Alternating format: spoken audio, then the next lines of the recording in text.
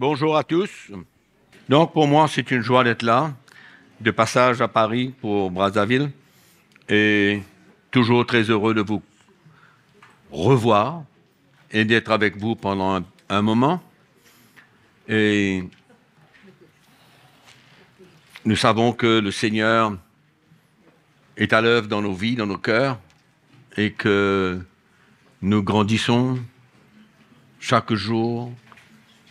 Nous sommes de mieux en mieux établis dans le Seigneur.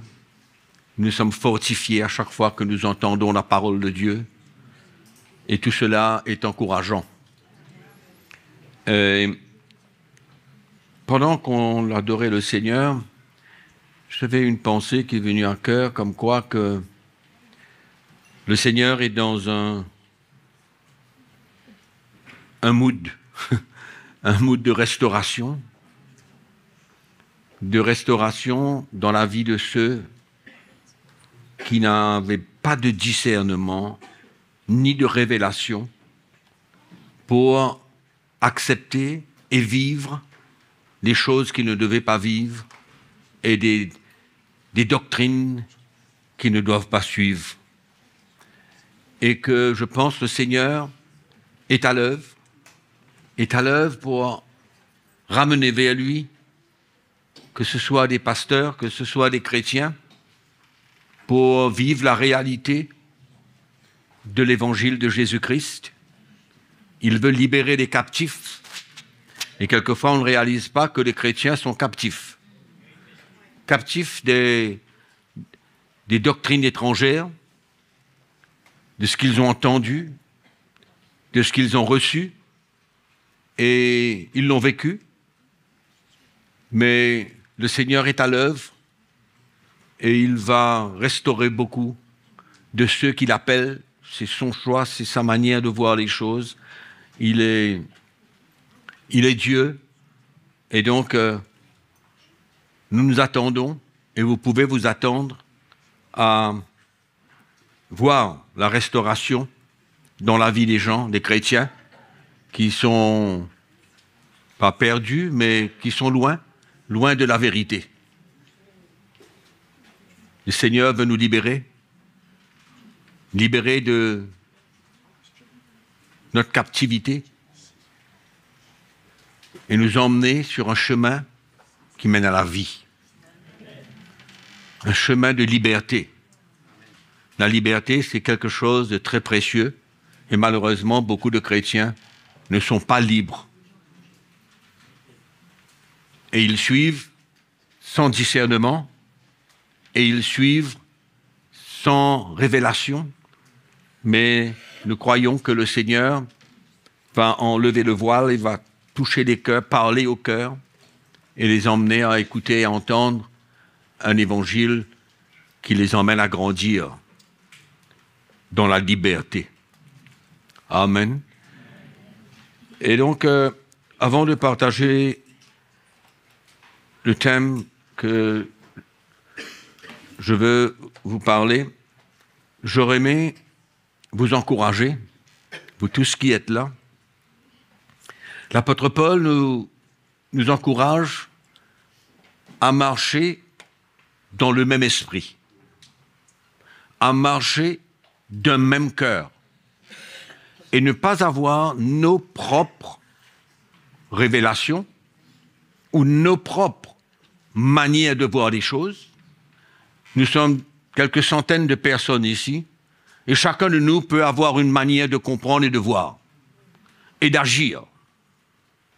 Mais, chose que nous ne voyons pas dans le Nouveau Testament. Et ça touche beaucoup de choses. Beaucoup de choses. La manière que nous encourageons les gens, la manière que nous parlons aux gens. Je ne parle pas d'attitude, je parle de compréhension. Et que nous tous, nous avons besoin de marcher dans une seule direction. Amen. Et vous savez, la parole de Dieu, l'apôtre Paul, il met en garde le peuple de Dieu de ne pas tomber dans les émotions, mais de pouvoir ensemble, prendre un chemin qui peut-être, nous pensons, pourrait déranger quelqu'un, pourrait secouer la vie de quelqu'un, pourrait le faire prendre des décisions, qu'importe. Mais la parole de Dieu, elle est claire. Et l'apôtre Paul, dans certaines situations, nous demande de ne rien avoir avec quelqu'un qui, se nommant frère, agit d'une manière contraire à la parole de Dieu. Autrement dit, vit, pas une fois le temps, mais vit de telle manière qu'il déshonore Dieu et déshonore la parole de Dieu. Et Paul nous instruit, mais moi je pense que c'est pas comme ça. Moi je pense que ça ne devrait pas être comme ça parce que je risque de déplaire à quelqu'un. Mais, ou alors, qu'est-ce que nous allons faire? Chacun va décider comment il va prendre une situation, comment il va agir dans une situation, ou alors nous avons la parole de Dieu, révélée par l'Esprit de Dieu, pour nous demander d'agir d'une telle manière, et peut-être que nous ne comprenons pas, nous ne voyons pas vraiment le cœur du Seigneur dans l'action qu'il nous demande de faire, mais nous sommes appelés à obéir, à nous soumettre à la parole de Dieu. Amen. Non pas à quelqu'un, à la parole de Dieu. Et donc, nous tous avons besoin de marcher sur un chemin où, quand l'Église demande de prendre un chemin, nous sommes tous réunis sur ce chemin. Et que nous ne prenons pas un autre chemin. Parce que, je pense que ça ferait du mal à quelqu'un. Non, pas du tout. L'apôtre Paul a livré un homme à Satan. Pourquoi? Est-ce que c'est simplement pour le punir? Non, ce n'est pas l'attitude du Seigneur, ni l'attitude d'un chrétien. Mais derrière tout cela, certaines décisions sont prises pour le salut de la personne, pour la repentance de la personne, pour emmener cette personne, ou qu'importe qui, à réagir et à entrer en lui-même et de comprendre que, si quoi que ce soit lui arrive, l'Esprit de Dieu peut lui parler et l'emmener à retourner vers Dieu et ne pas continuer dans sa vie, dans son style de vie. Donc, nous avons besoin, nous tous, de porter le même cœur, le même esprit de l'Évangile, et ne pas avoir notre opinion. Mon opinion ne vaut absolument rien. Je n'ai aucune opinion. Je ne peux pas avoir une opinion sur quelque chose, sur une situation. Je dois trouver la solution et aligner mon cœur et ma pensée avec ce que la parole de Dieu dit. Et point barre. Peut-être que ça va me secouer un peu, peut-être que ça va me déranger un peu de suivre la voie du Seigneur, mais je dois le faire. Nous ne sommes pas comme le monde. Chacun pense comme il veut dans le monde, mais nous avons une pensée, c'est la pensée du Seigneur. Nous avons un cœur qui est manifesté dans la parole de Dieu, c'est le cœur de Jésus. Amen. Et quand le Seigneur a parlé, quand le Seigneur a besoin de nous montrer certaines choses, qui sommes-nous pour nous lever et dire non, moi je ne suis pas comme ça. Non, c'est pas comme ça. Mais non, c'est ça que Paul dit, que nous puissions marcher d'un même cœur selon l'esprit de l'Évangile. Ça ne plaît pas à beaucoup peut-être. Nous ne sommes pas là, nous, à vouloir plaire au peuple de Dieu. Non, on ne veut pas plaire au peuple de Dieu, on veut plaire au Seigneur. Amen. C'est lui, le seul, à qui nous devons plaire. Et souvent, ça peut nous déranger. Ça nous dérange, mais c'est OK, ça va. Mais on s'aligne. Amen. Donc, dans notre vie chrétienne, de tous les jours, ayant affaire avec des frères et des sœurs, nous avons besoin de nous aligner. Et si nous ne savons pas quoi faire, ben, il y a des hommes qui sont là, appelés par le Seigneur, pour nous conduire et nous dire, ah ben voilà ce que la parole de Dieu dit. Je ne suis pas là pour vous donner mon opinion, et ni un frère, ni une sœur ne doit avoir sa propre opinion de quoi que ce soit. Nous avons la parole de Dieu, Dieu merci. Quel désastre et quel désordre qu'il y aurait eu dans l'Église du Seigneur s'il nous laissait libres de faire selon ce qu'on pense, selon notre opinion. Ce serait catastrophique. Mais nous avons besoin de nous humilier et ne pas laisser notre orgueil prendre le dessus, mais nous humilier devant Dieu et devant sa parole. Il est la parole lui-même. Amen. Donc, il y aura des situations devant nous. Nous aurons des situations, mais pour le bien-être de tous, non seulement l'Église, mais le bien-être du frère ou de la sœur, qui a besoin, souvent, une correction du Seigneur. Non? Qui a besoin d'une correction du Seigneur, alignons-nous.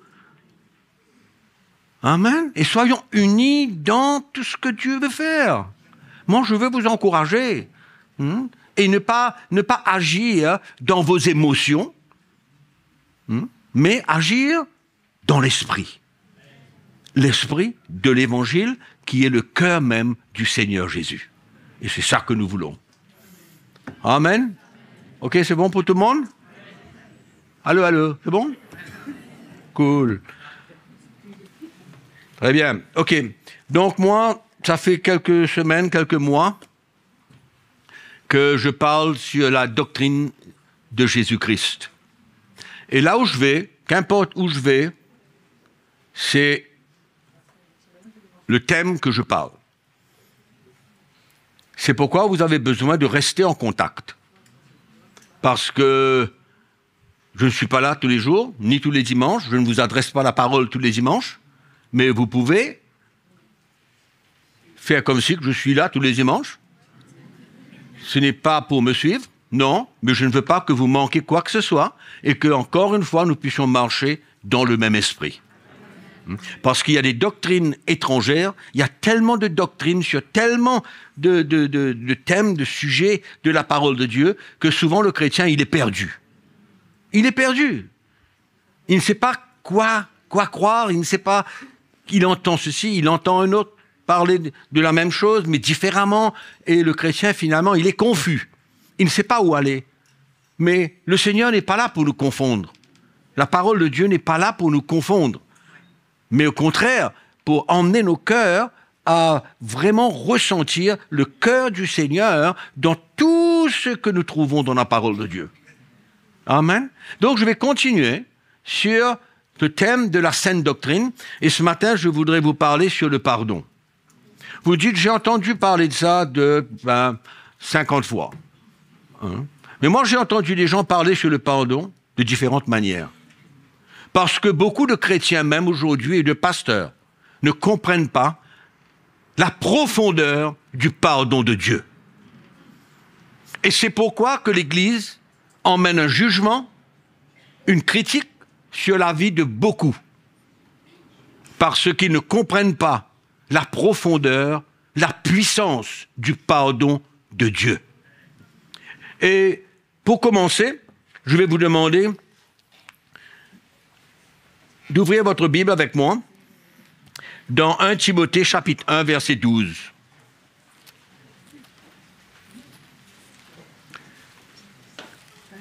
Le but de démarrer sur ce texte, c'est pour nous montrer qu'est-ce que Jésus a accompli à la croix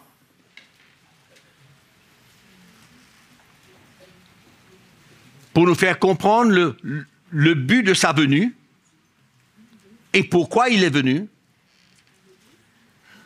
et qu'est-ce qui se passe dans la vie de quelqu'un qui ose croire en lui.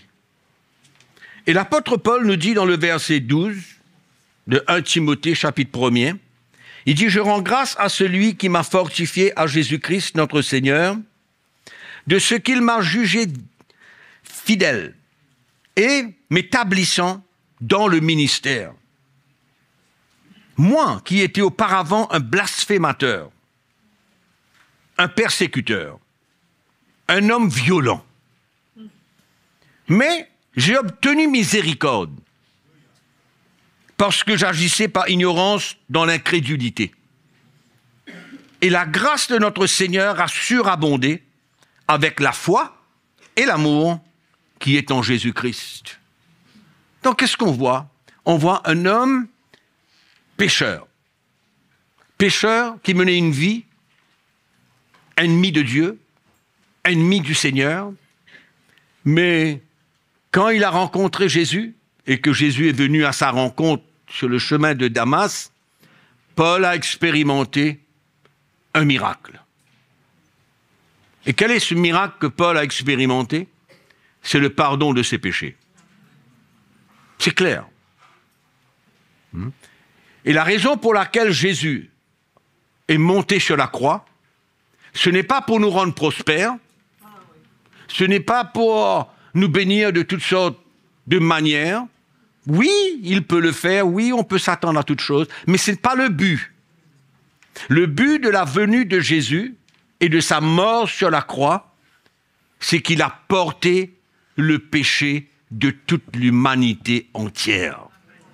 Parce que l'homme avait besoin de salut. Il avait besoin d'une réconciliation avec Dieu. Pourquoi? Parce que le péché le séparait de Dieu. Et la raison pour laquelle Christ est mort à la croix, il a porté nos péchés sur la croix. Lesquels? Quelques-uns. Les péchés spéciaux, les petits, les gros, les grands, les moyens. Non, il a tout porté. Il a décidé, c'était le cœur de Dieu d'envoyer Jésus, et qu'il prenne tous nos péchés. Tous nos péchés. Passé, présent, futur. Pourquoi est-ce qu'on dit futur? On dit futur parce que le chrétien, il n'est pas parfait. Et il ne sera jamais parfait tant qu'il ne ou est ressuscité des morts à la venue du Seigneur, ou qu'il soit enlevé en tant que vivant qui croit en Christ. À ce moment-là, qu'il sera parfait. Autrement, il n'est pas. Donc, ce n'est pas seulement nos péchés passés, présents, mais le futur aussi. Amen. C'est clair? Donc, ce plan de Dieu était non seulement pour nous pardonner en tant que pécheurs à la nouvelle naissance, le jour que nous l'avons rencontré, nous avons manifesté la foi en lui et nous avons obtenu le pardon de tous nos péchés.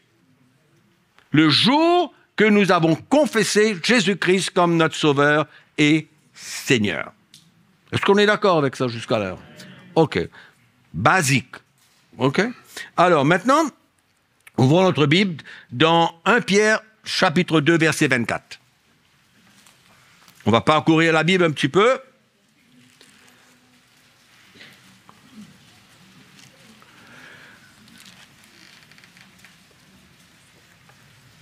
Alors, le verset 24 nous dit...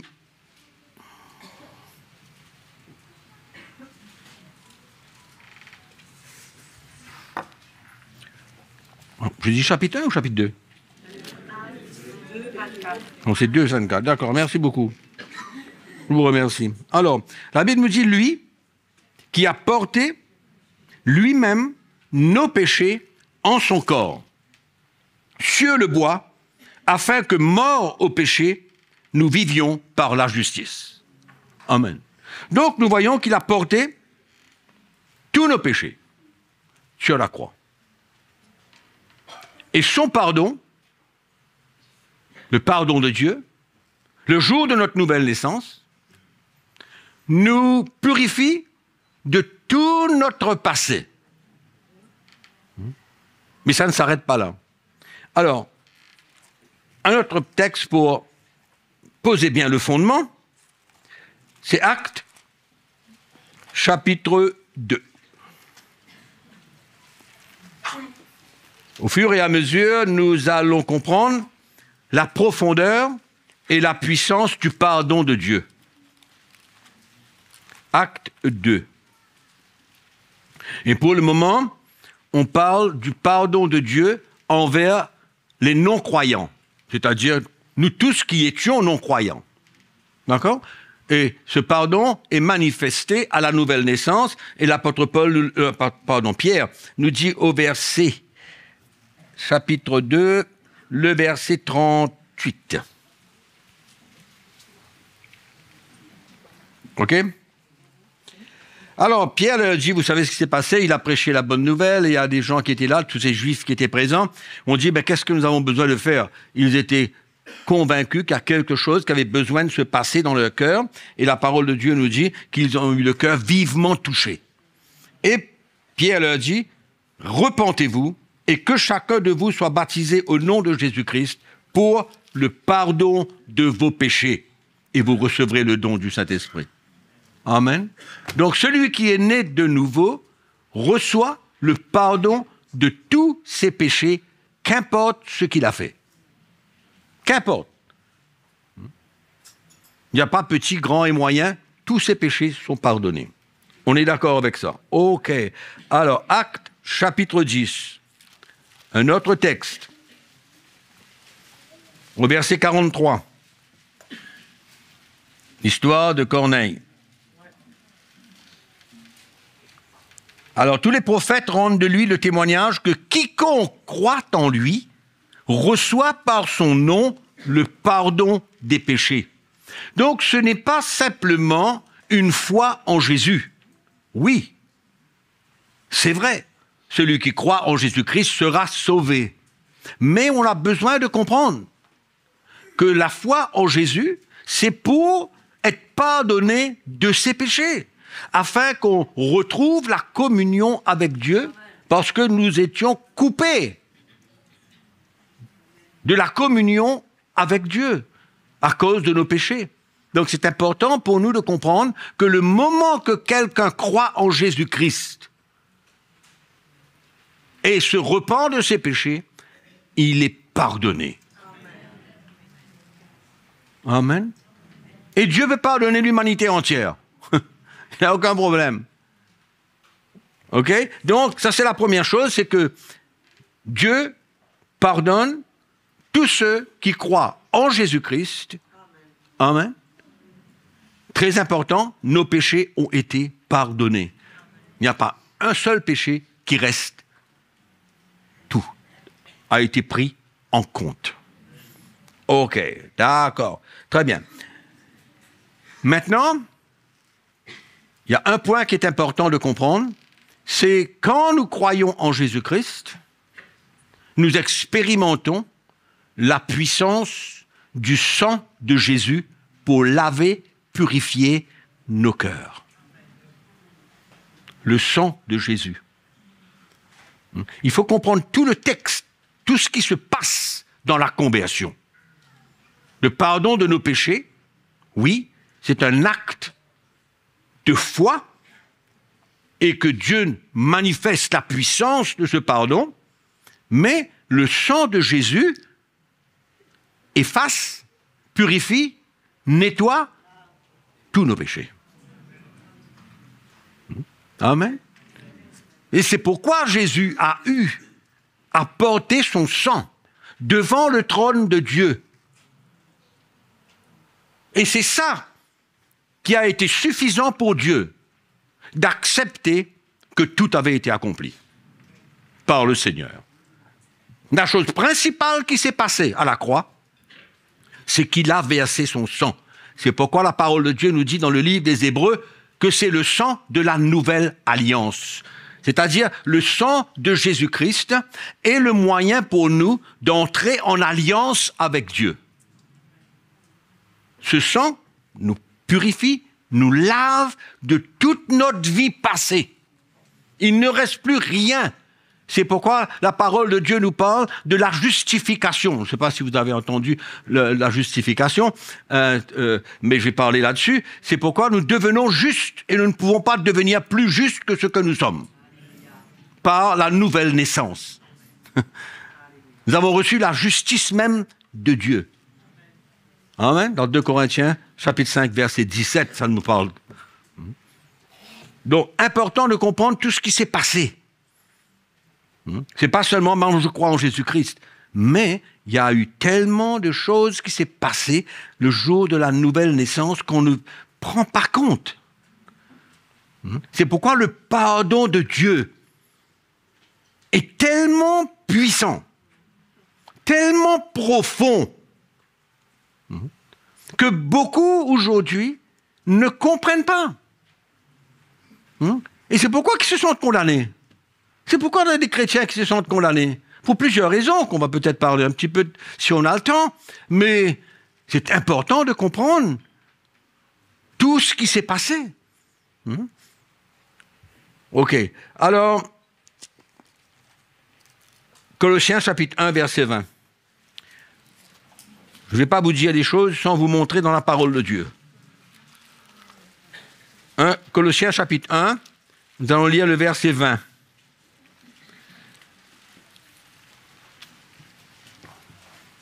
OK? Au verset 19. Car Dieu a voulu faire habiter toute plénitude en lui, c'est-à-dire en Jésus. Il a voulu par lui, tout réconcilier avec lui-même, tant ce qui est sur la terre que ce qui est dans les cieux. Comment? En faisant la paix par lui, par le sang de sa croix. Amen. Par le sang de sa croix. Ouvrons notre Bible maintenant encore dans Hébreux, chapitre 10, verset 29.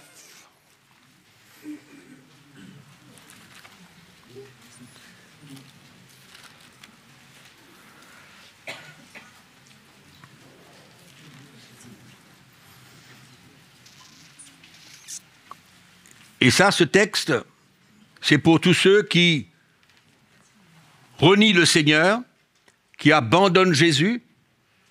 Et je veux vous encourager, quand vous lisez le livre des Hébreux, c'est un livre assez spécial parce qu'il s'adresse aux Juifs convertis qui ne voulaient pas accepter la persécution et qui voulaient retourner au judaïsme.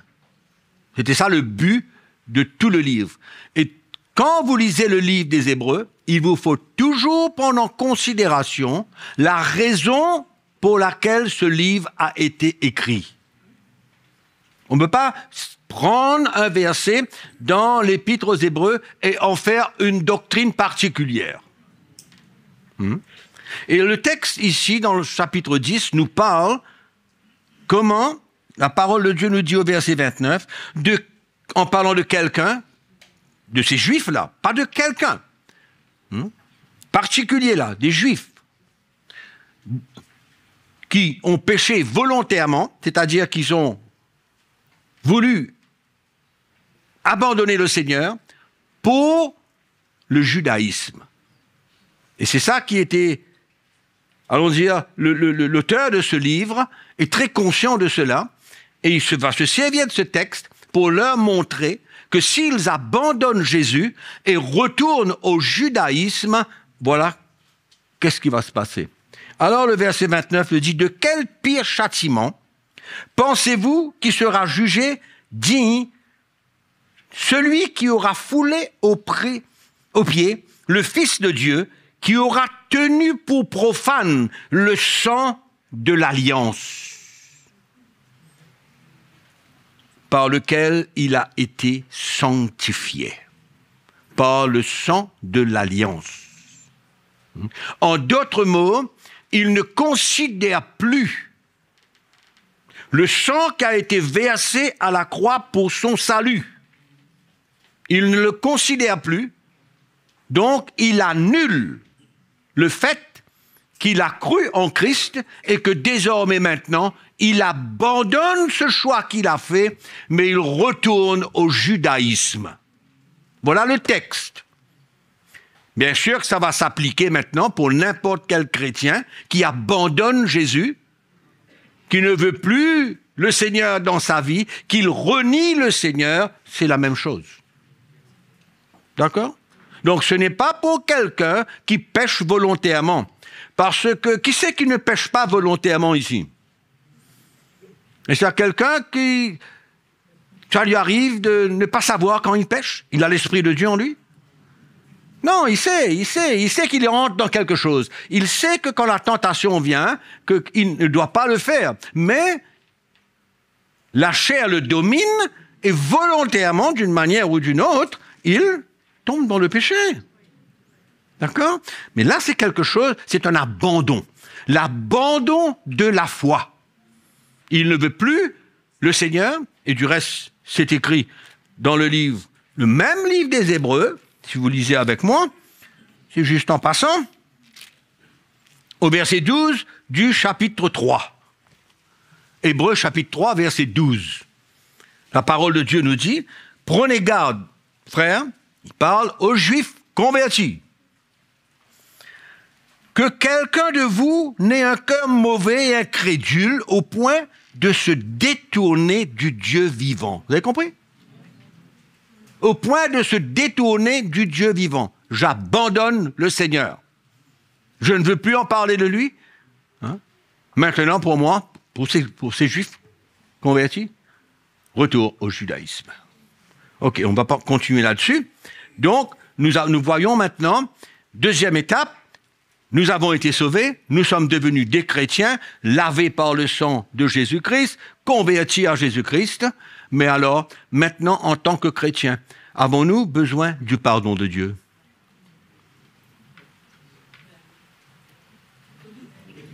Mais bien sûr.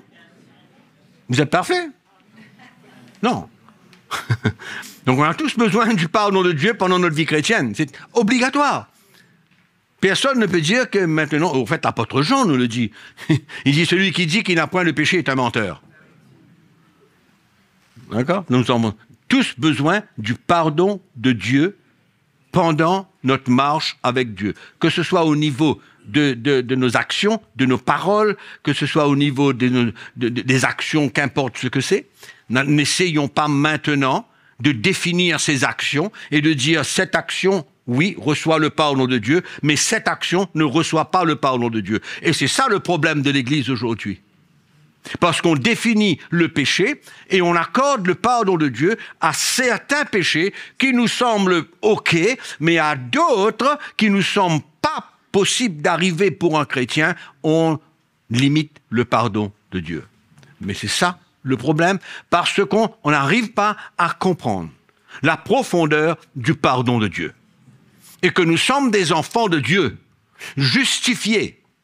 Amen. Et que nous arrivons à tomber, à faire quelque chose que nous ne devons pas faire, et que nous trouvons, par la repentance envers Dieu, son pardon. Mais c'est ça qui est navrant, attristant dans le corps de Christ. Parce que quand quelqu'un se repent, on a toujours quelque chose à dire sur lui, parce que son péché est énorme. Il a fait quelque chose là, presque le péché impardonnable.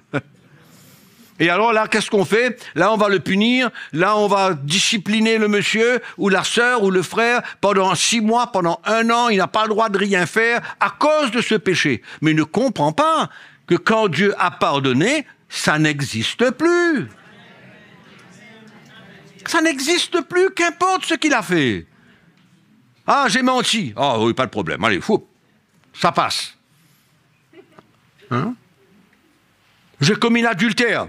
Là, il faut y penser maintenant. Je ne suis pas en train d'essayer de dire que tout est possible, tout est bon, faites ce que vous voulez, il n'y a pas de problème, on se cache derrière la grâce de Dieu. Je ne suis pas en train de dire toutes ces choses. Mais je viens simplement définir la profondeur du pardon de Dieu. et que souvent les chrétiens butent là-dessus. Ils n'arrivent pas d'accepter ce pardon et ils ne se pardonnent même pas eux-mêmes et ils n'acceptent pas le pardon de Dieu. Parce qu'ils ont une manière de voir quel péché Dieu pardonne, lequel qu'il va choisir de pardonner, lequel est vraiment pas bon pour qu'il dise non, non, ça je pardonne pas.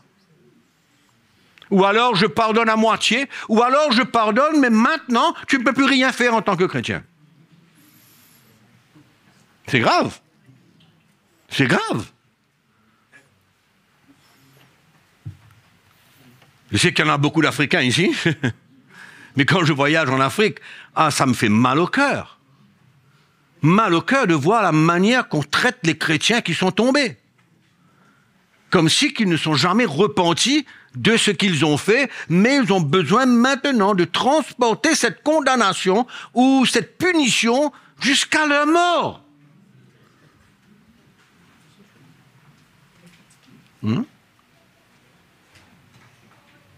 Et je dis souvent, quand je voyage en Afrique, quelque part, comment les chrétiens sont traités. Le chrétien qui est tombé. Le chrétien qui a commis l'adultère. Qu'importe quoi. Je ne parle pas de quelqu'un qui continue. Je parle de quelqu'un qui se repent. Quelqu'un qui se repent devant le Seigneur. On le retire de la 4e rangée et l'on l'envoie à la dernière rangée. Parce que la dernière rangée, c'est considéré être réservé pour les pécheurs. Par contre, la première est réservée pour tous les bons. Allez. Hein? Mais c'est terrible, grand. C'est terrible de ne pas comprendre que le pardon de Dieu reste le même. Il reste le même. Le jour que je suis né de nouveau, j'avais une tralée de péchés. Regardez Paul. Pourquoi j'ai lu l'apôtre Paul dans son épître à Timothée? Persécuteur, il était tout. Un malfaiteur. Mais il a obtenu le pardon de Dieu. Maintenant, le problème, c'est que on a obtenu le pardon de Dieu, on accepte cela, mais en tant que chrétien, souvent, on ne comprend pas que c'est le même pardon, la même puissance, la même profondeur, que l'expérience du pardon de Dieu à la nouvelle naissance est exactement le même quand un chrétien tombe et qu'il est pardonné. Rien ne change. Absolument rien.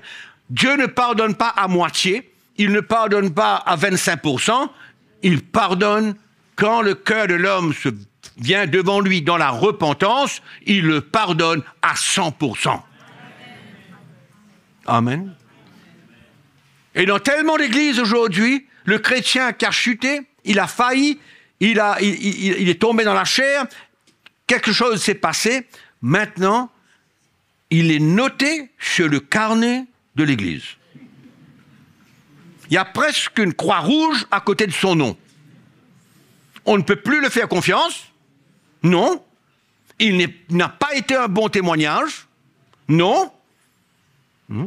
C'est comme si qu'on garde toujours cette même image de cette personne. Alors le pauvre ou la pauvre, elle se tient dans l'église et elle ressent exactement comment le leadership de l'église et même tout le peuple de Dieu, comment on la voit, on la regarde, mais c'est pas possible. C'est pas possible. C'est pas possible qu'on traite le peuple de Dieu de cette manière. C'est pourquoi j'ai dit, quand j'ai parlé de la justification, que le péché n'enlève pas la justice de Dieu dans nos vies. Le péché n'annule pas, n'enlève pas la justice de Dieu dans notre vie. C'est pourquoi les prédicateurs ont besoin de changer de vision. Changer de vision.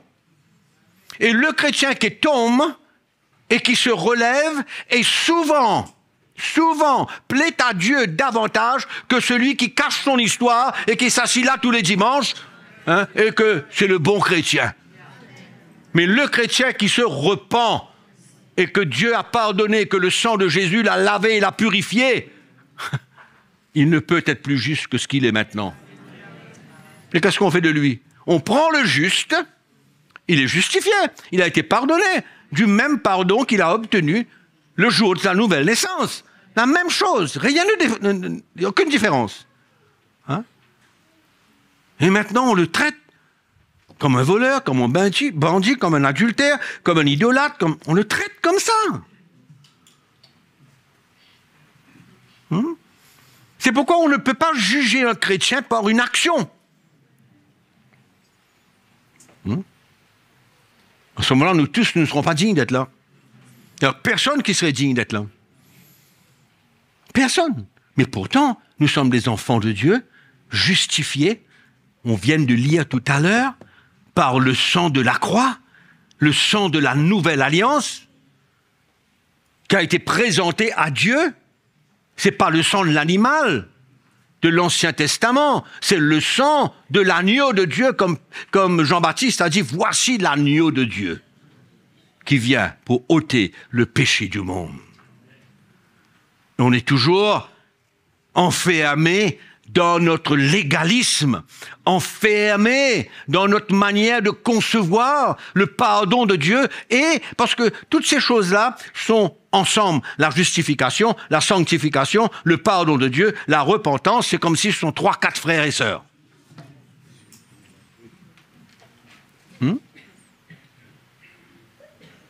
Et les chrétiens se laissent piéger parce qu'ils ne connaissent pas plus. Ils sont dans les églises et ils se sentent condamnés. Ils n'en peuvent plus. Et on se trouve drôle qu'ils quittent l'église. Et on trouve drôle qu'ils partent. Qu'ils vont chercher ailleurs. Moi, je n'aurais pas pu rester dans une église avec une chaise réservée à l'arrière pour moi, sachant que cette chaise-là, c'est pour ceux qui ont péché et qui ont péché. Enfin, pour eux, bien péché.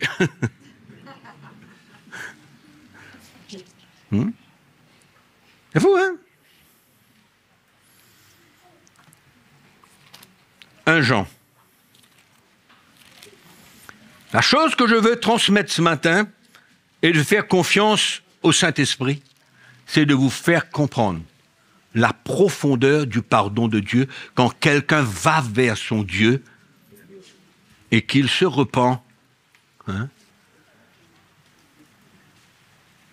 et qu'il a trouvé grâce auprès de Dieu. Il a reçu le pardon de Dieu. Amen. Donc, je ne peux pas avoir une image de lui autrement que l'image d'un homme ou d'une femme justifiée par Dieu. Le légalisme tue. Tue le chrétien.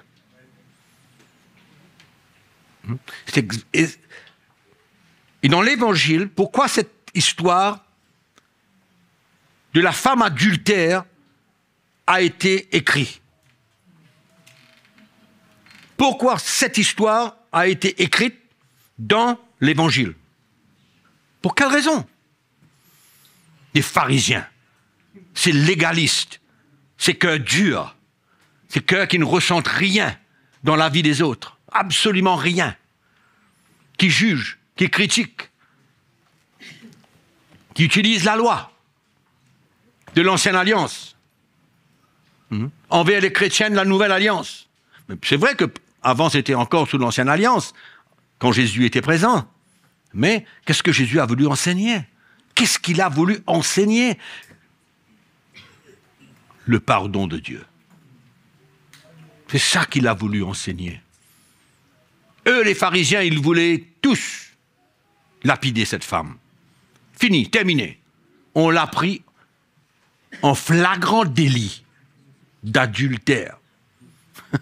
Et pour eux, cette femme, c'était la mort. Fini. On a fini avec elle. Mais qu'est-ce que Jésus a manifesté? Son pardon. Et il a voulu montrer à ces pharisiens que l'heure arrive, quand il allait mourir à la croix et verser son sang. N'oubliez pas, verser son sang, le sang de l'alliance. Et que cela aurait le pouvoir et la puissance de pardonner n'importe qui. N'importe qui. Amen. Et ça crée un dommage énorme dans les foyers, dans la relation entre les chrétiens. Alors, n'allez pas dire que j'ai dit qu'il n'y a pas de problème si le mari ou la femme vit dans l'adultère. OK? N'allez pas raconter des histoires. Je suis en train de dire aujourd'hui que s'il y a, dans les couples, s'il y a le mari ou la femme qui passe à côté et qui chute, je ne parle pas d'une vie permanente de péché. Je ne parle pas de pratiquer le péché. Car l'apôtre Jean a clairement montré la différence entre le péché d'un homme qui arrive et la pratique du péché. Peut-être qu'on peut dire. Je ne veux pas vous dire des choses qui ne sont pas correctes.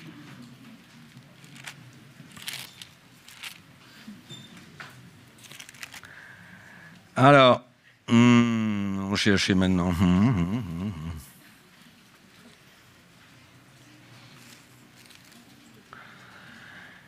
Allez, 1 Jean chapitre 3.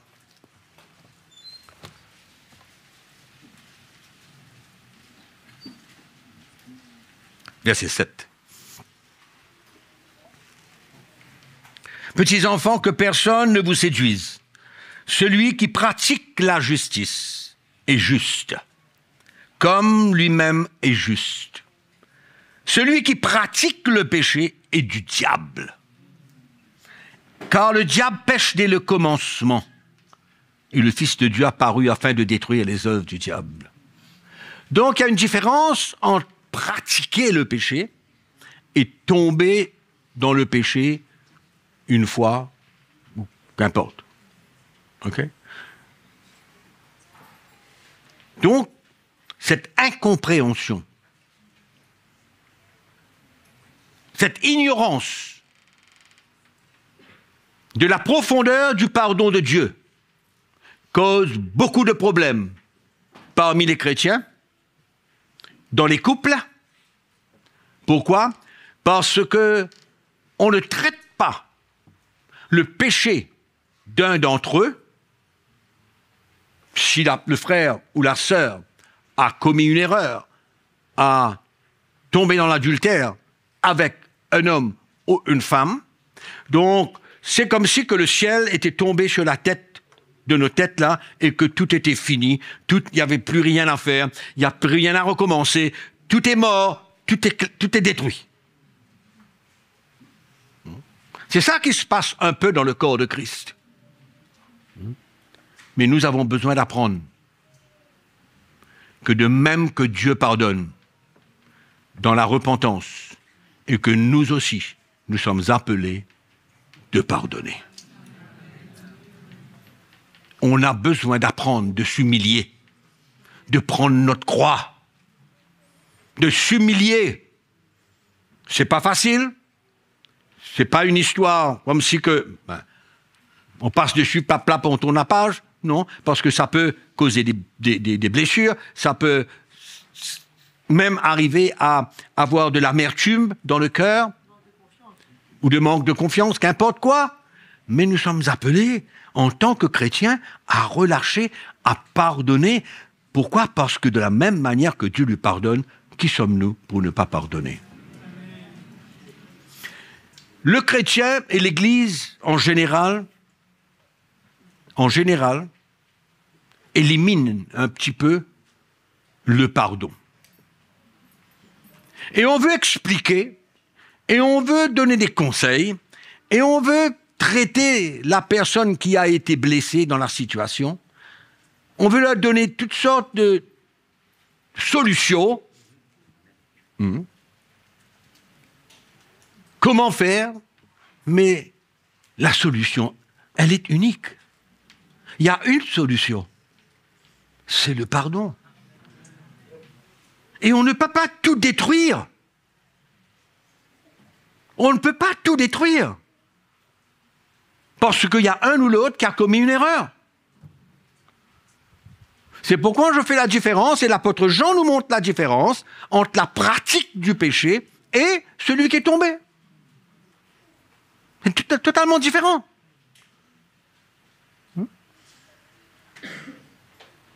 Donc finalement, le pardon de Dieu, il est compris comme quoi que c'est limité. Le pardon de Dieu est limité. Non. Quand quelqu'un se repent, il n'y a pas de limite dans le pardon de Dieu. Il n'y a pas. La vraie repentance emmène le pardon de Dieu et de la même manière que notre vie passée a été ensevelie par la nouvelle naissance, la même chose, ce péché qui a été commis est enseveli par le pardon de Dieu. Et nous restons des hommes et des femmes justifiés. La justice de Dieu ne peut pas être enlevée. En aucun cas, à part le reniement du Seigneur Jésus, oui, et renier l'œuvre du Saint-Esprit. Et si vous allez lire le livre des Hébreux, c'est mentionné aussi. Clairement. Donc, nous avons besoin de faire attention, surtout les pasteurs ont besoin de faire attention, dans toutes les églises, de catégoriser les gens par rapport à leurs péchés. Sans savoir et sans réaliser que demain, ça pourrait être eux-mêmes. C'est pourquoi nous avons besoin d'avoir une crainte dans nos cœurs. Parce que personne n'est à l'abri. On peut dire on est trop fort, on est ceci, on est cela. J'en ai vu. J'en ai vu. Tous ceux qui ont raconté qu'ils sont trop forts, ils sont bien, il n'y a pas de problème, moi je suis exempt de toutes ces choses-là, j'aime le Seigneur, je sers le Seigneur, attention, attention. Ah ben absolument. Absolument. C'est pourquoi il faut avoir une crainte. Et cela nous empêche d'emmener le jugement et la critique vers quelqu'un qui est tombé. Parce que cela peut nous arriver demain. Demain. On connaît le futur. Démas était un collaborateur de l'apôtre Paul. Très proche de l'apôtre Paul. Qu'est-ce qui est arrivé avec Démas? Il a abandonné pour le monde. Le monde, c'est quoi? Qu'est-ce que c'est que le monde? Le monde, c'est quoi? Juste aller dans le monde? Juste vivre? Non, non, non, non. Non, non, non, non. Le monde, c'est pas ça, le monde. Le monde, c'est le péché, c'est l'iniquité. Le monde, géré par le prince. Le prince de ce monde qui est le diable. Donc quand on parle du monde, on ne parle pas simplement de des petites choses à gauche et à droite. Là, je suis dans le monde. Non, non, non, non, non. Le monde, c'est le péché, l'iniquité, le désastre. Clair? Attention, hein? Attention d'avoir des yeux de jugement et de critique dans la vie de quelqu'un qui est tombé. Parce que la Bible nous dit, qui es-tu pour juger? Parce que Dieu est capable de le relever. Mais bien sûr que Dieu est capable de nous relever. Amen. Et on a cette espèce qu'on appelle d'attitude de spiritualité. Hein? Une attitude de spiritualité en nous. On est trop spirituel. On ne peut pas admettre ça. Dieu peut admettre, toi tu ne peux pas admettre. Qui es-tu? Hein? Dieu pardonne et nous on ne pardonne pas. Et nous on met des conditions. Hein? Quand Dieu pardonne, il n'y a plus rien. Il a fini de comment dirais-je, corriger cette personne. Si vous lisez dans le livre des Corinthiens, au chapitre 2, l'épître au chapitre 4, chapitre 7, vous allez voir comment l'apôtre Paul parle de cet homme qui s'est repenti. Non, mais franchement, l'Église a une différente manière de concevoir comment gérer des situations dans l'Église. Et il y a des gens souvent trop spirituels dans l'Église. Trop spirituels. Croyants qui sont trop spirituels.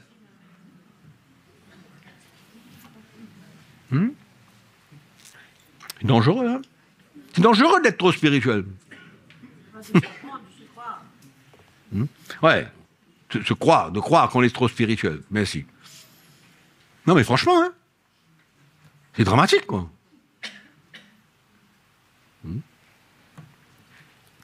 Bon.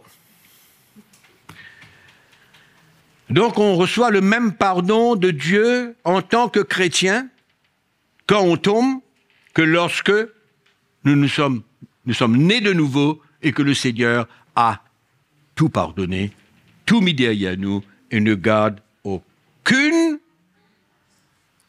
reconnaissance de ce qui s'est passé dans notre vie. Mais souvent, on ne comprend pas le pardon de Dieu. Et c'est ça que je veux vous communiquer ce matin. Que l'Esprit du Seigneur nous éclaire en tant qu'anciens, en tant que moi, en tant que tout le monde qui est là, de comprendre la profondeur du pardon de Dieu. C'est unique. Parce que l'homme garde toujours des réserves. Il a toujours des réserves. Mais Dieu n'a pas de réserve.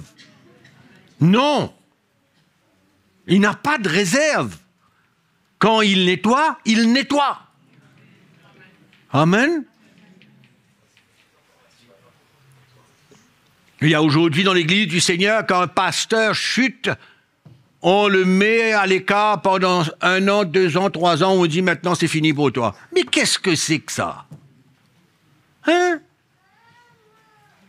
Où est la repentance et où est le pardon de Dieu? Où c'est? C'est pourquoi l'Église a besoin de comprendre. Parce qu'elle a une image de certaines choses, de certains péchés, de certaines situations, qui est totalement contraire à la manière que Dieu voit. C'est vrai que Dieu voit le péché, ce péché, dans différentes manières. Mais quand le pardon a été manifesté, il n'y a plus rien qui existe. Il n'y a plus rien qui existe. C'est pourquoi le peuple de Dieu doit demeurer dans la joie, dans la paix et accepter comment Dieu le voit. Comment Dieu nous voit. Dans quel état de cœur que Dieu nous voit. Je ne peux pas être plus juste que je suis maintenant. Depuis le jour de la nouvelle naissance. On a besoin de comprendre. Amen. Et j'entends des choses, j'entends des choses. Des déclarations de certains qui se croient trop justes. Ah ouais. Et il faut arriver à retourner à la parole de Dieu et comprendre.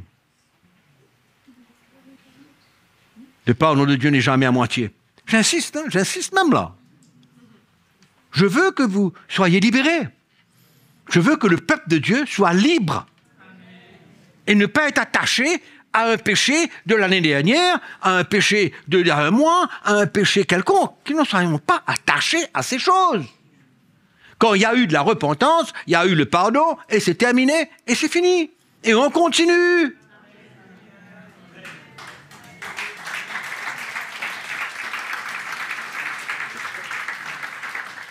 Il y a tellement de chrétiens, et peut-être ceux qui nous écoutent en ligne, sont dans un état de condamnation, n'arrivent pas à se pardonner, n'arrivent pas même à se tenir debout, hein, et qu'ils ressentent le regard critique, le regard de jugement de la part des autres autour de lui ou d'elle. Mais moi, je veux vous encourager. Non, vous ne pouvez pas être plus juste que vous êtes maintenant, parce que la justification ne change pas. La chose qui change, c'est la sanctification. Si vous ne comprenez pas la sanctification, c'est sur l'application de CTMI et vous serez en comment on appelle ça, à jour. Vous serez à jour. Si vous n'êtes pas à jour, ben je vous conseille d'être à jour. Mise à jour sur l'application. Mise à jour. Alors, si on parle d'exclure la condamnation, allons voir ce que l'apôtre Paul dit dans l'Épître aux Romains.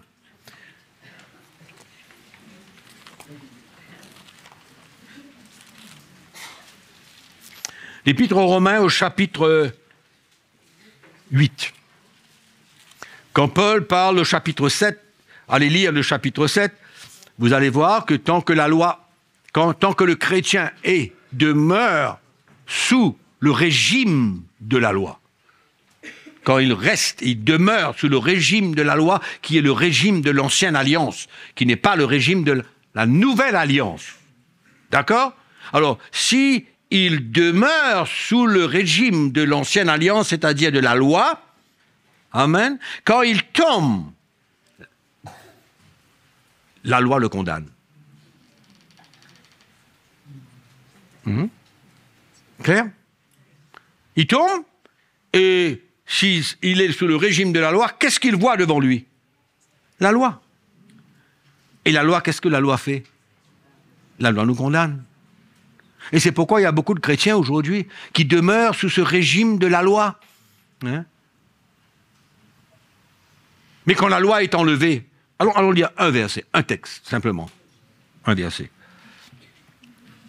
C'est le verset 10. Ça va peut-être vous étonner. Paul dit, ainsi, le commandement, c'est-à-dire quoi? La loi. D'accord? Le commandement vint.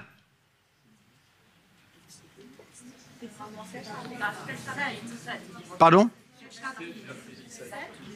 Je vous ai dit chapitre 7. Cette fois-ci, c'est vous qui êtes en tort, pas moi.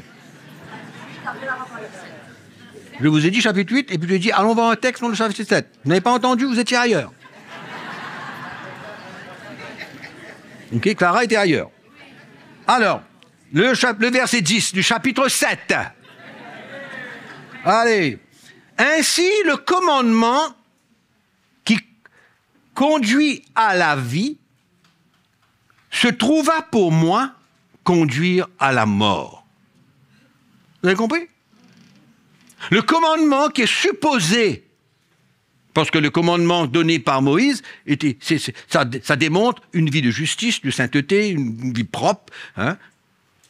Mais quand le commandement vint, le péché est venu en évidence. Tant qu'il n'y avait pas de loi, il n'y avait pas de péché. Il y avait le péché, mais le péché, Dieu ne le prenait pas en compte. Le seul moment où Dieu a pris en compte le péché, c'est quand le commandement est venu. Et le commandement qui est supposé porter à la vie m'a conduit à la mort. Parce que le commandement, quand le commandement vient et que je tombe, qu'est-ce qui se passe? Qu'est-ce qui suit? La condamnation. Alors, on lit le verset suivant. La loi, non, car le péché, écoutez bien là, le péché, saisissant l'occasion, laquelle? C'est-à-dire, je suis tombé, j'ai péché, d'accord? Je suis tombé. Donc, la chute, le péché, en saisissant l'occasion, me séduisit par le commandement. Donc, qu'est-ce que ça veut dire? Ça veut dire que quand je suis tombé, d'accord, le péché a utilisé le commandement pour me condamner. Donc, tant que je demeure sous le régime de la loi, c'est ça que le péché va faire. Il va utiliser la loi qui condamne. On est d'accord? Allez, allons dans Romains, chapitre 6. Attendez. Je ne vais pas me tromper. Chapitre 6. Le verset 14.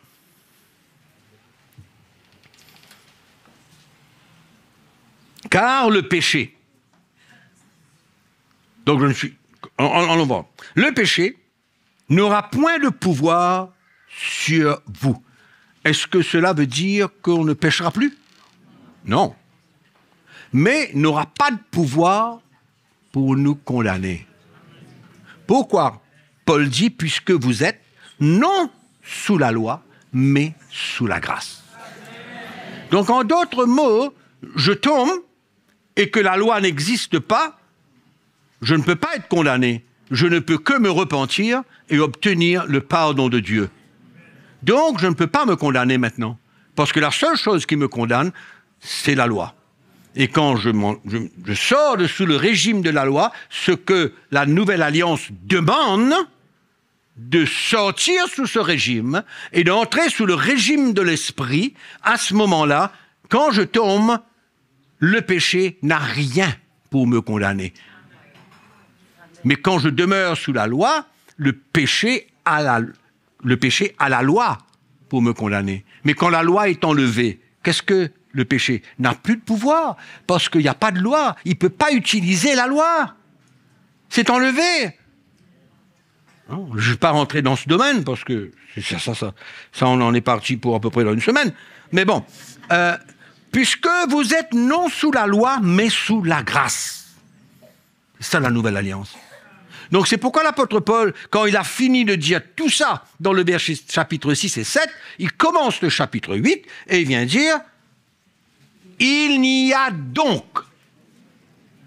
C'est-à-dire, en prenant en considération tout ce que je vous ai dit, il n'y a maintenant donc aucune condamnation pour ceux qui sont en Jésus-Christ. C'est trop clair. Moi, j'aurais aimé que ce soit un peu plus difficile à comprendre. C'est trop facile. C'est trop clair. Pour qu'un chrétien demeure condamné. C'est pas possible. Et le chrétien a la difficulté de se pardonner. Dieu lui pardonne et il résiste le pardon de Dieu. C'est pas osé. Amen. Donc c'est pourquoi quand le pardon vient, quand Dieu pardonne, mais c'est fini. C'est fini. Dis à ton voisin, c'est fini. C'est fini. T'as plus rien qui reste.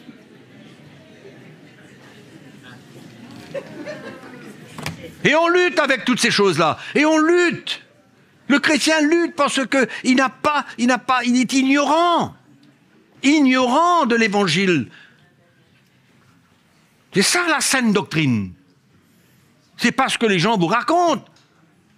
Hein? Tu as péché, tu n'es pas digne maintenant. Mais c'est quoi ce truc-là? Dieu me sauve, Dieu me justifie, et toi tu me dis que je ne suis pas digne, mais je ne t'écoute pas, moi. Je n'ai rien à voir avec ce que tu racontes.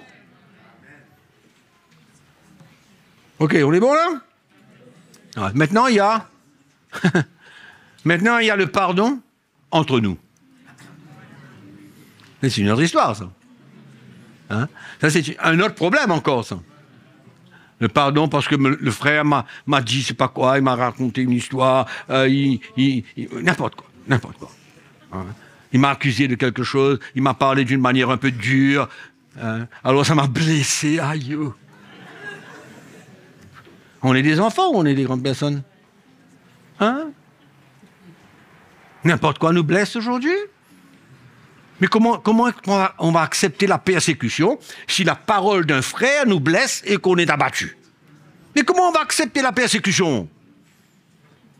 Comment est-ce qu'on va accepter les accusations qui viennent des pécheurs du monde contre nous? Si un frère ou une sœur dit une parole un petit peu dérangeante,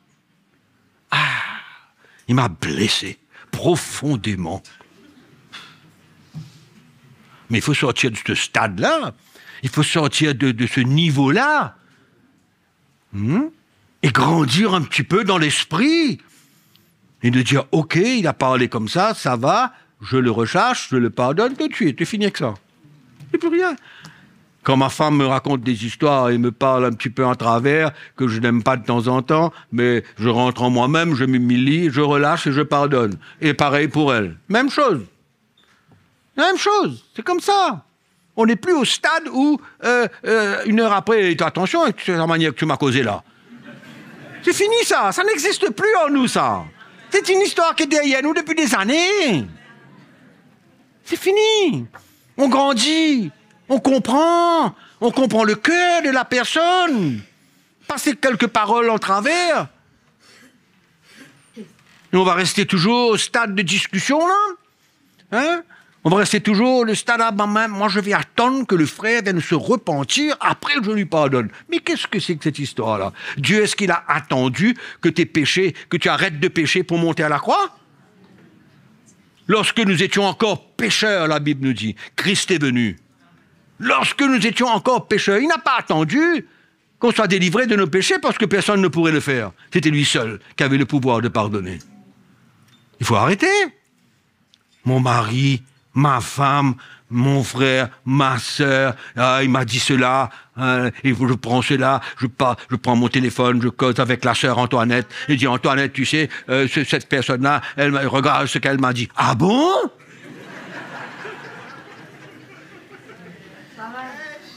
Hein? Et là, on joue le jeu de la média. C'est ça le chrétien charnel, le chrétien qui est encore un enfant. Hein? Il lève son téléphone, il raconte, il va chercher quelqu'un pour le comprendre. Et malheureusement, il va trouver. Malheureusement, il va trouver quelqu'un pour le comprendre. Au lieu que la personne lui dise « Ah ben écoute, c'est pas grave, c'est un bon frère, ça ressent son cœur, pardonne, relâche. »« Ah bon, il t'a dit ça? Oui, je me rappelle un jour, moi aussi, il m'a dit ça. » Mais on est au jardin d'enfants. On est à la maternelle, là. On ne sommes pas des grandes personnes, là. Nous sommes à la maternelle. Des enfants qui, pour une parole, une action, une histoire, on se sent comme si... Non, qui tu es en Christ? Mais arrête d'être charnel, d'être un enfant.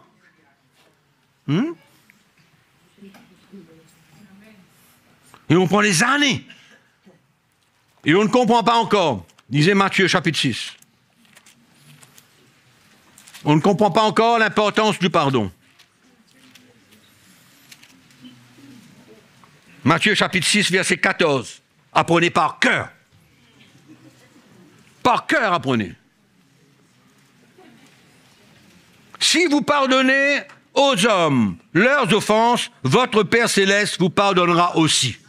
Mais, si vous ne pardonnez pas aux hommes, votre Père ne vous pardonnera pas non plus vos offenses. Et c'est sérieux, ça. C'est sérieux, ça. C'est-à-dire, on vit notre vie chrétienne, hein, et le frère Georges m'a dit une histoire, ou m'a fait n'importe quoi, je ne le pardonne pas, et demain matin, je vais auprès du Seigneur, je dis, Seigneur, pardonne-moi parce que, alors j'ai fait quelque chose. Oh, le Seigneur dit, non. Il ne va pas le pardonner. Mais c'est la parole de Dieu qui dit ça. Il ne va pas nous pardonner tant que je ne règle pas mon cœur et que je ne pardonne pas mon frère Georges. Impossible. Et on a besoin de comprendre. Le pardon ne s'achète pas au supermarché. Non, le pardon, c'est un acte d'humilité. C'est un acte de perdre quelque chose. Ça coûte. Il y a un prix. Amen. C'est la croix que nous avons besoin de prendre.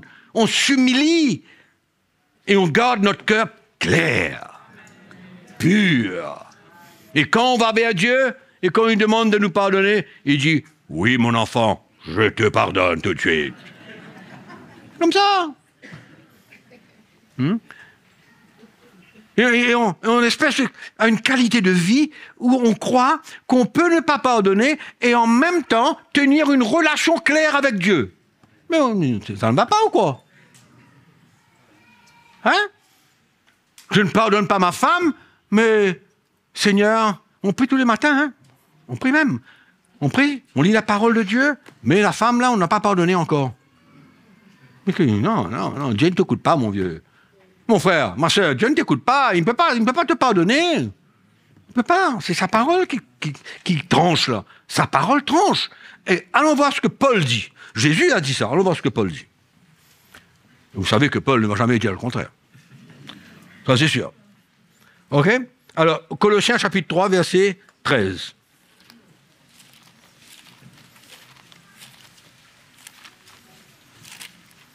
Qu'on sorte de là ce matin des hommes et des femmes justes devant Dieu. Clair? OK? Colossiens chapitre 3, on lit le verset 13. Supportez-vous les uns les autres. C'est-à-dire que ça veut dire supportez-vous. Ça veut dire. Hein? Acceptez votre frère tel qu'il est. Soyez avec lui. C'est pas le soutenir, là. Supportez-vous les uns les autres Et si l'un a sujet de se plaindre de l'autre, c'est ce que je viens de dire. Pardonnez-vous aussi. Non. Pardonnez-vous réciproquement. De même que Christ vous a pardonné, pardonnez-vous aussi. De même que Christ vous a pardonné, pardonnez-vous aussi. On ne peut pas se permettre de garder le non-pardon dans notre cœur. On ne peut pas se permettre cela. Éphésiens chapitre 4.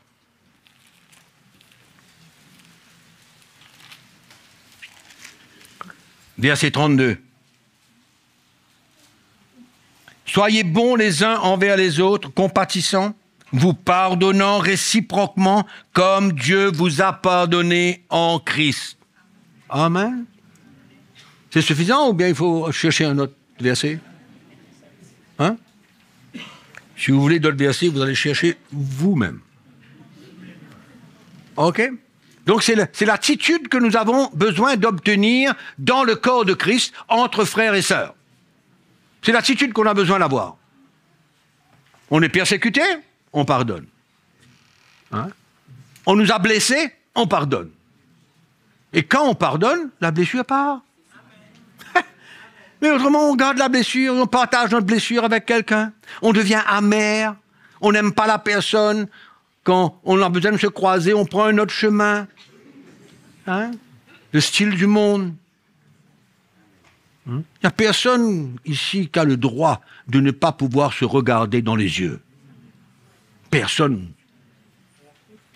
Personne. Je dis bien personne n'a le droit, en tant qu'un chrétien, de passer à côté de quelqu'un qui nous a blessés, qui nous a fait du tort, et ne pas pouvoir le regarder. C'est pourquoi notre responsabilité, ce n'est pas la personne qui nous a blessés et qui nous a persécutés. C'est nous. Qu'importe quelle est sa réaction, qu'importe s'il prend 6 ans pour venir se repentir, ce n'est pas mon problème. Moi, je dois relâcher tout de suite. Pardonner tout de suite. Amen. Et c'est vrai en plus. Hein? Ah, je me souviens que ma femme, je me souviens mon mari. Mais tu vis dans le passé, mon vieux. Hein? Tu vis dans le passé, toi. Et le passé, les expériences du passé ne peuvent que nous écraser. C'est un fait. Donc, éviter le pardon a des conséquences. C'est pas juste, je ne peux pas. Je ne peux pas. Mais mon frère, tu as besoin de pardonner. Que la grâce du Seigneur t'emmène à pas. Ah, moi, je ne peux pas. Je ne peux pas. L'orgueil. La définition de tout ça, c'est l'orgueil. La définition de tout ça, c'est le refus de prendre ta croix. C'est le refus de t'humilier. C'est le refus de perdre. Le refus. Hein? Et si je te demande de me donner une explication de la croix, tu vas me donner ça, tu seras 100%. Mais ça ne m'intéresse pas. Et ça n'intéresse pas le Seigneur. Ce qui intéresse le Seigneur, c'est quand la situation est devant toi, maintenant là, et que le Seigneur te donne une opportunité de prendre ta croix, de t'humilier, de perdre ta vie. C'est ça qui compte. C'est pas la connaissance. La connaissance de la révélation du message de la croix, c'est une chose. Mais non, on a besoin de la vivre. On a besoin de vivre la chose. C'est ça qui compte. Autrement, il y a des conséquences du non-pardon. Il y a des gens qui n'obtiennent pas leur guérison, par exemple. Hein? Parce que le pardon déclenche la bénédiction de Dieu. Vive le pardon. Vive notre vie de tous les jours dans une attitude où on est prêt à pardonner tout. Tout. Ouvre la porte pour la bénédiction de Dieu tomber sur nous. Amen. Ce n'est pas juste une action. Ça a des conséquences négatives si on demeure dans le non-pardon, et il y a des conséquences positives si on arrive à pardonner. Tout change. Tout change. C'est deux chemins complètement différents. Vous connaissez la parole de Dieu que Jésus a dit, le chemin étroit et le chemin large. Le chemin large, c'est quoi? Quel est le chemin large? Vis ta vie chrétienne, mais garde le non-pardon. Alors, c'est le chemin large. Le chemin étroit, c'est quoi? quand tu as l'opportunité de pardonner, tu pardonnes. Le chemin est étroit. Pourquoi? Parce que un demande de s'humilier, l'autre demande de vivre par son orgueil. C'est totalement différent. Un vit selon l'orgueil, l'autre vit selon l'humilité. C'est tout. Tout ça, c'est une marche. Hein? C'est un chemin qu'on a besoin de prendre. C'est une croix qu'on a besoin de porter. Amen. Ah, mais je ne peux pas, c'est tout le temps. Mais c'est tout le temps même. Il n'y a pas de problème. Si pour toi, c'est tout le temps, si pour lui, c'est une fois tous les mois, mais ça, c'est ton histoire. Ça, c'est la croix que tu as besoin de prendre, et lui, c'est sa croix qu'il a besoin de prendre. Chacun est différent. Et il n'est pas question de venir dire, ah ben, toi, tu sais, toi, c'est pas pareil. Non. Ce qui est devant toi, ce que Dieu permet, prends ta croix là-dedans, et puis arrête de murmurer. Et arrête de te plaindre. Et arrête de chercher quelqu'un pour te comprendre. Et n'ayez aucune pitié de toi-même. Grandis. Dans la circonstance. Et quand tu pardonnes, tu grandis. Ah ouais, c'est tough, hein? C'est dur, hein?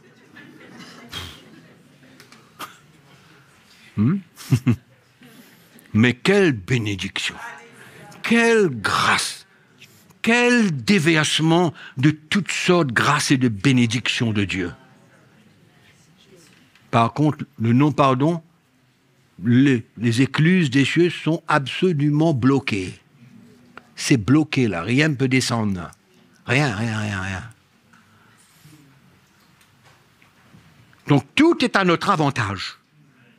Quand on s'humilie, quand on connaît qu'est-ce que c'est que la croix que nous avons besoin de prendre, amen, et qu'on pardonne, c'est une grâce extraordinaire. Extraordinaire. Je vais vous raconter une histoire qui concerne la sœur Audrey. Non, mais écoutez bien. On avait une réunion à l'église, et à ce moment-là, je ne sais pas ce qui s'est passé, pourquoi, les gens sont venus devant, on va prier pour eux, etc., qu'importe. Et il y avait une sœur qui était présente là, dans la ligne, quelque part, et la sœur Audrey est partie la voir pour prier avec elle. Et la sœur Audrey lui a demandé, est-ce que tu as quelque chose sur ton cœur, quelque chose que tu n'as pas pardonné? Elle dit oui. Et la sœur Audrey lui a dit, est-ce que tu es prête à pardonner? C'est dur là, c'est pas possible, c'est dur. Là, Audrey lui a dit, bon, je vais continuer à prier pour les gens. Quand tu seras prête de pardonner, je prierai pour toi. J'ai une voix de Kinex. Quoi? J'ai une voix de Kinex, je dis quand tu veux, tu me rends. Donc, Audrey a continué, et à la fin de la réunion, Audrey a prié avec elle, parce qu'elle était prête de pardonner. Et écoutez bien, elle en avait contre son mari depuis 50 ans.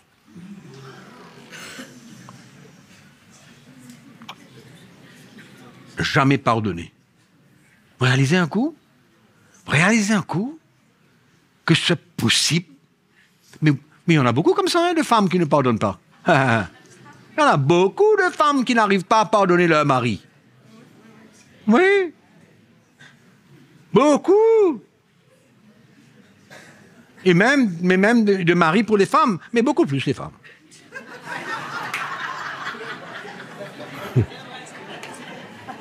En tout cas, ce sont les témoignages qu'on reçoit.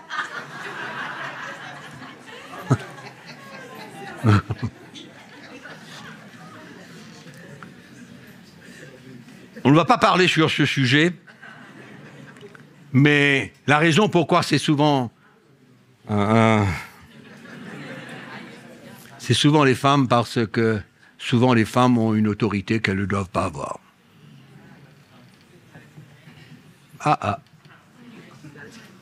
Oui.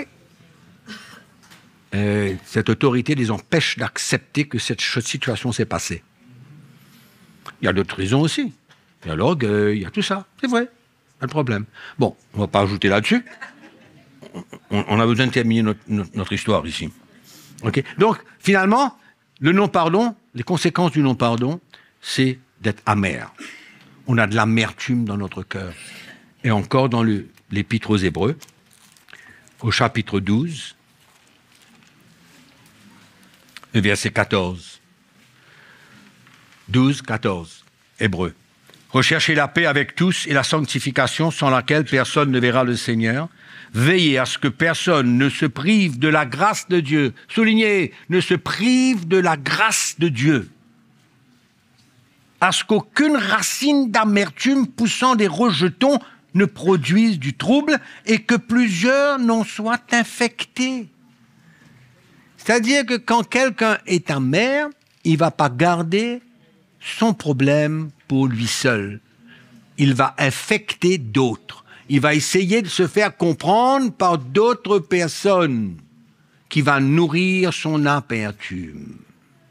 Et ça produit des rejetons. Ça pousse comme ça. Comme, hein? Ça pousse. Donc, on ne peut pas rester dans cet état d'esprit. On ne peut pas rester comme ça. C'est pourquoi le non-pardon, ça tue la vie spirituelle du chrétien. Et il devient un instrument de division. Le chrétien qui ne pardonne pas et qui a de l'amertume dans son cœur devient un agent de division. Parce qu'il va chercher d'autres pour partager son histoire, son problème, et il va le partager à sa manière. Ah oui, pour que la personne comprenne bien que c'est lui qui a raison. Et voilà pourquoi il ne peut pas pardonner. Non mais c'est... Kindergarten. Hein? Maternelle. C'est la maternelle. Hein? C'est fou, c'est fou, c'est fou. Instrument de discorde, de division. Et on ne réalise même pas. Amen. Et le pire, c'est qu'on est toujours lié avec cette personne. Là où on va, on transporte cette personne avec nous. Cette personne qu'on n'a pas pardonnée là. Hein? Dans toute notre vie, comme si on est attaché. Il y a un lien entre moi et cette personne qui m'a fait du tort et je n'ai pas pardonné. Donc là où je vais, je le transporte avec moi. Je suis lié. Nous ne sommes pas appelés à être liés. Nous sommes appelés à être libres. Amen. À être libre. On peut ne pas être libre de beaucoup d'autres choses. Mais là, je parle d'un lien spécifique. Spécifique avec quelqu'un. Parce que on n'a pas pardonné cette personne et finalement, on vit avec elle tous les jours. Et on se plaint, et on murmure, et on parle à Dieu, Seigneur, on pleure, on fait toutes sortes de choses. Au lieu de pardonner. Enfin, malheureusement, il y en a beaucoup qui sont comme ça. Mais mes frères et sœurs, il faut grandir. Par contre, le pardon, que je vous ai mentionné tout à l'heure pour terminer, le pardon ouvre les portes pour la bénédiction de Dieu. Amen. Pas seulement dans le domaine où, ok, c'est bon, c'est clair, mais quand on pardonne, on peut recevoir d'autres choses, spirituelles, matérielles, physiques, toutes sortes de bénédictions que le Seigneur choisit de nous donner quand on pardonne. Ça ouvre la porte à toutes sortes de grâces et de bénédictions de Dieu. On a lu le verset que personne ne se prive de la grâce de Dieu. Il ne faut pas se priver de la grâce de Dieu, des bénédictions de Dieu. Et on le fait parce qu'on ne pardonne pas et qu'on devient amer. Et on ne peut pas continuer. Le chrétien ne peut pas continuer à s'asseoir à l'église tous les dimanches matins, écouter une prédication et croire qu'il est béni. Mais il est bloqué. Il est bloqué. C'est pas possible. Et en plus de ça, il n'a pas la paix. Quelqu'un qui a de l'amertume dans son cœur, qui n'arrive pas à pardonner, mais il n'a pas la paix dans son cœur. Il n'a pas la paix. Non. Le Seigneur nous appelle à avoir la paix. Donc il y a une liste de bénédictions. Une liste de bénédictions. Pour nous, le peuple de Dieu, de vivre la réalité de la vie chrétienne. Amen. Et on arrive à la conclusion pour dire quoi? On a besoin de prendre notre croix. On a besoin de prendre notre croix, de s'humilier, d'être brisé par la situation et grandir dans la situation. Ça, c'est la vie chrétienne. Et on ne demeure plus comme des enfants et qu'on boit du lait tous les matins. Et non, non, non, non. Paul dit ça aux Corinthiens, et encore une fois, l'auteur des Hébreux parle de cela. C'est clair? Et en même temps, pour terminer, on ferme la porte à l'ennemi. Il n'a plus d'entrée. La porte est fermée. Amen. Et ça, c'est quand même important. Hein? Et on se plaint que l'ennemi fait ceci, l'ennemi fait cela, l'ennemi fait cela, mais non pardon. Non pardon. On n'arrive pas à relâcher. Et mari et femme vivent comme cela toute leur vie.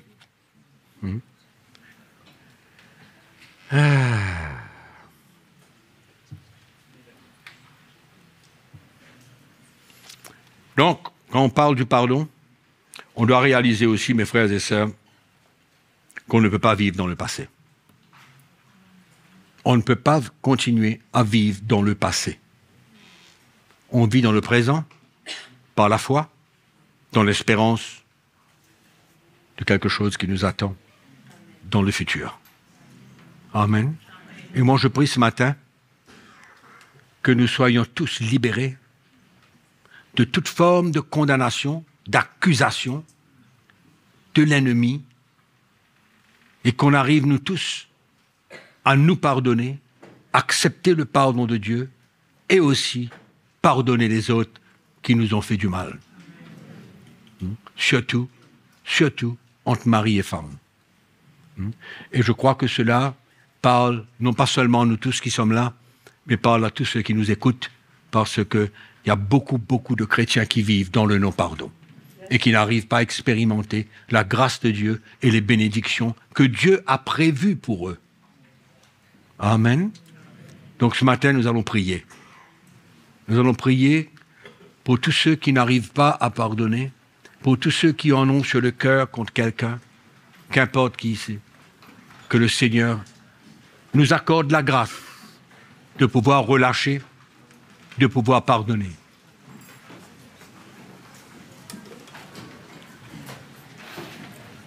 Amen.